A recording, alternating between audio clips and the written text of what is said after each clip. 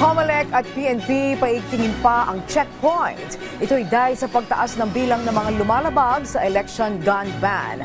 Pero sa harap niyan, pagpapatupad ng Oplan Katok, posibleng isang tabi muna ng PNP ayon sa COMELEC. Si Ryan Lesigas sa sentro ng balita.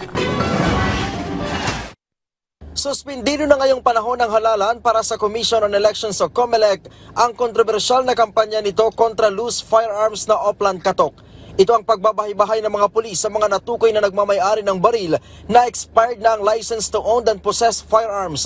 Ayon kay COMELEC Chairman Attorney George Erwin Garcia, nangako si PNP Chief Police General Romel Francisco Marbil na tatalima ang pambansang pulisya sa naisin ng COMELEC.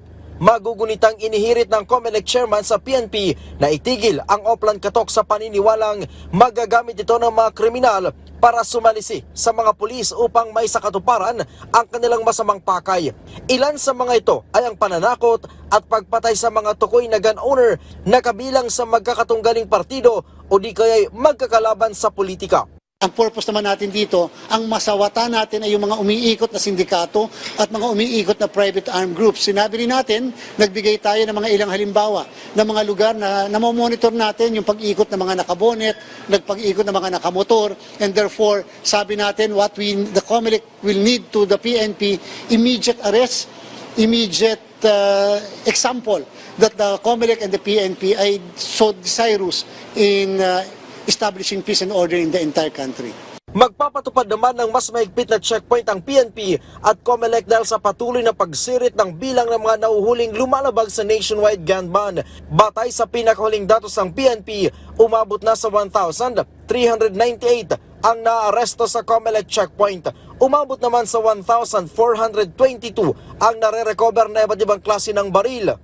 Tungkol naman sa issue sa mga violation ng gun ban, the COMELEC will be issuing the necessary resolution, corrective measures in order na hindi nakakaligtas yung mga nahuhuli sa gun ban o yung pagdadala ng mga loose firearms natin.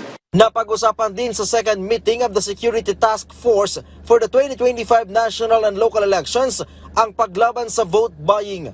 Ang nagsasalita ay ang mga taga-COMELEC sapagkat gusto namin ma-brief ang PNP doon sa mga task forces na kinreate natin, lalong-lalo na yung laban sa vote buying.